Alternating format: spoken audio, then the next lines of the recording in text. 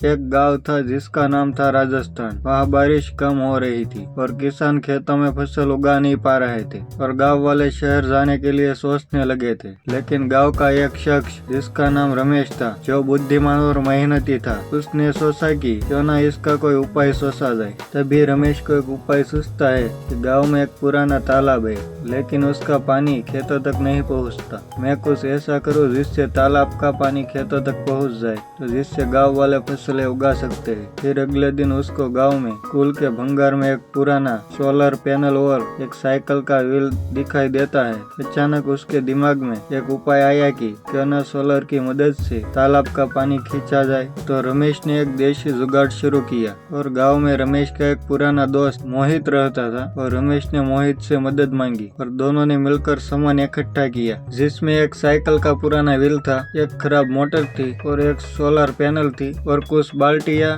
और लोहे की पाइप थी।